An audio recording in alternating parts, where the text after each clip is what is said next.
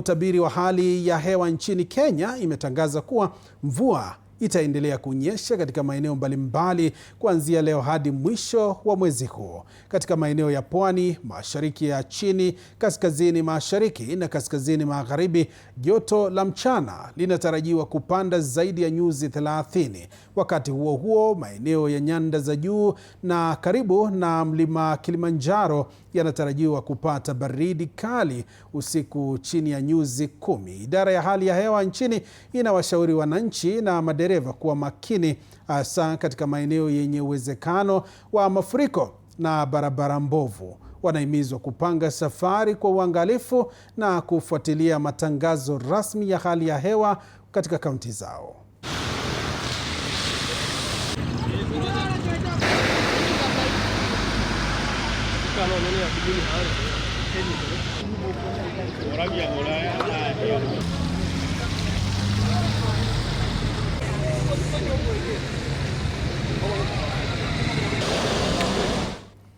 Ni vizuri kuchukua tahadhari ya hali ya hewa ili usije ukakuwa muathiriwa.